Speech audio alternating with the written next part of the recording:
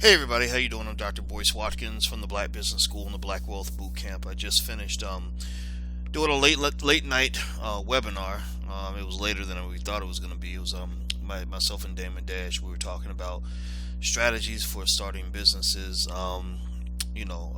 We tend to just get together with the students and just tell them about the stuff we're working on and just the inside scoop of some of the challenges you run into, legal, business, etc. And and one of the things we were talking about that I was very open about was I was talking to them about this the tour that we're on. As you can see, I'm a little sleepy because it's late. It's late at night. I'm about to go to bed. And we're on the Black Economic Empowerment Tour. Chicago's next. Chicago's going to be Saturday. Houston is next. We're going to go to Houston on March 31st. And the URL is thedrboycewatkinstour.com, thedrboycewatkinstour.com. And one of the things we're doing in Chicago is we're screening our new film called Resurrecting Black Wall Street, The Blueprint. Now, we'll eventually screen it in Houston, but Houston, I'm just going down there to give a talk on the 10 Commandments of Black Economic Empowerment. And one of the things that happened today that really just kind of confused me was somebody said that they heard a group was boycotting our event. They came to me. It was a person on my team who came to me and said, somebody was asking them about the boycott. And I said, the boycott? Who's boycott? What? Huh? And I literally didn't know what was happening.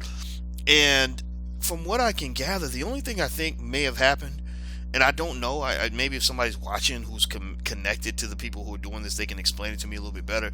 Apparently, I guess there are organizations that have the term Black Wall Street in their title who somehow feel that because we have a film with the words Black Wall Street in it, that we should include something that they're doing in the film presentation. And basically, we're going to screen the film. We're going to do a panel discussion with cast members from the film, and I was going to give a quick speech, maybe 15 minutes, on the components of cooperative economics, what it takes to build a Black Wall Street, what that even means, what the fundamentals of cooperative economics actually are, and how you can actually build Wall Streets without brick and mortar businesses. You can actually build Wall Streets digitally. You can build a Black Wall Street in your family. You can have a Black Wall Street with just two people. All it requires is give and take. It requires trade and commerce that create prosperity. So a Black Wall Street is not just Tulsa, Oklahoma. It's something much more complicated than that. It's something that can be laid out in a multitude of contexts.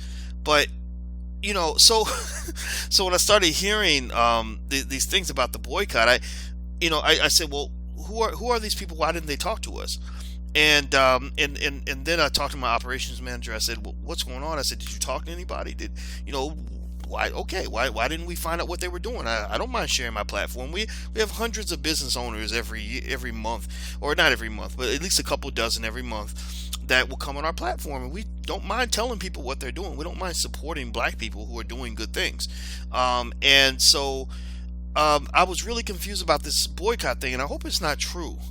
I really do. I mean, because it seems to me that cooperative Black economics is supposed to be cooperative.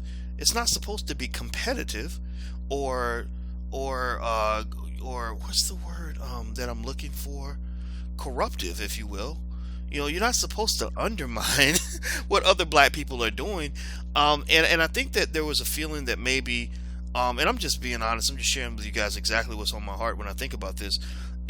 I think that there was a perception that I was some outsider who's coming into town and I'm just going to come in and take Chicago's money and then go. Well, number one, I don't even know if we're going to make a profit because it costs so much money for us to do this.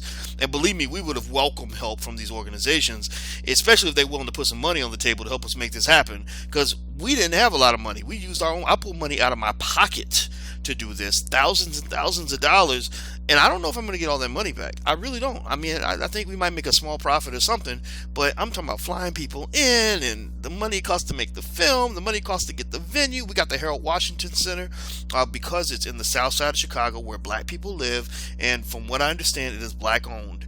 Now I need to double check that part to make sure I don't exactly know exactly who owns the Harold Washington Center. So if you know, feel free to email me. My email address is boyce@boycewatkins.com. I'd love to know the history of who owns the Harold Washington Center. Dr. Claude Anderson actually recommended it to me. He said it's a beautiful black-owned venue right down the south side of Chicago. You should do an event there. So that's what led us to reach out to the Harold Washington Center. So we thought we were supporting the community. We're going right where the black folks live. We're not going to the Hilton downtown or something like that.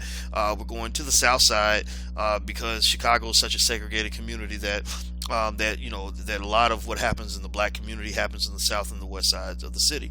And so I think the perception that I'm an outsider right there, that was a little bit strange to me because I live in Chicago. This is where I live too. But then in addition to that, I'm just so confused about the lack of effort to try to talk it out. I mean, I would be really surprised if I got there and there were people literally either boycotting or protesting, something. I mean, it just doesn't make any sense. And so I just wanted to share that because I'm literally sitting here confused right now, and we're just gonna do our best. And here's the other thing too.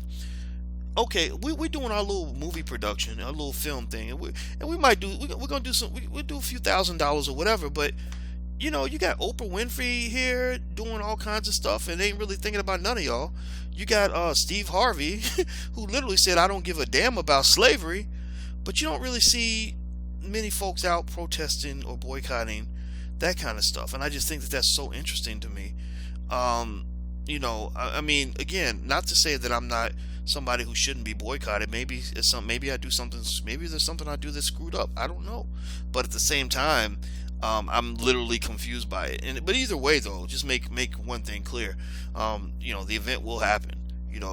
I am on a very simple-minded mission to do everything that I can to teach as many black people as I can about the fundamentals of wealth building, cooperative economics, how to understand how the money game works in America. I've never seen a purer, truer purpose for myself in the black community. That's what makes me useful in the black community, is what I feel like I can do for the community, and I'm very proud of that. And I'm not going to stop. We're going to go to as many cities as we can. We got a lot of cities on the list. Let's see, Houston's next, and Baltimore on February or April 28th. We got DC. We're working on New York. We're going to do 2 venues. We're going to go to Harlem and Brooklyn. London. We're going because they got black folks in London that are being persecuted, sometimes even worse than us.